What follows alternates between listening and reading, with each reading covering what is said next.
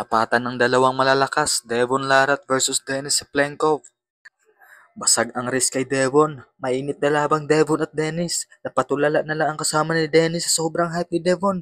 Paulit-ulit na inatake ni Devon ang wrist ni Dennis. Hanggang sa mangalay ito, nagulat sila sa unang round. Anyari kay Dennis, hindi yata inasahan ang lakas ni Devon. Pinaglaruan lang. Laking pagkadismaya sa grupo ni Dennis sa naging resulta. Huling naglaban ang dalawa noong 2018 sa left-hand match at natalo si Devon sa pagkakataon na yon. Pero sa muling tapatan nila, bumawi si Devon. Tinutuon niya yung sinabi niya sa huling laban niya kay Hermes na tatalunin niya ito. Talagang pinaghandaan ang laban. Unang round nag-slip. Grabe ang palakpak ng asawa ni Devon, pati ang audience, hype na rin.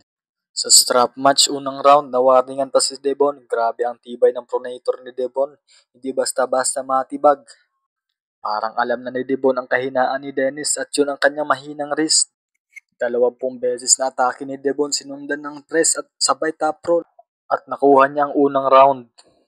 Mukhang naaamoy na ni Devon ang hinahangan na tagumpay. Sa round 2 flash pin galing kay Devon, mukhang hindi pa rin nakabawi si Dennis mula sa matinding atake ni Devon sa unang round. Sa round 3 nag-slip ulit.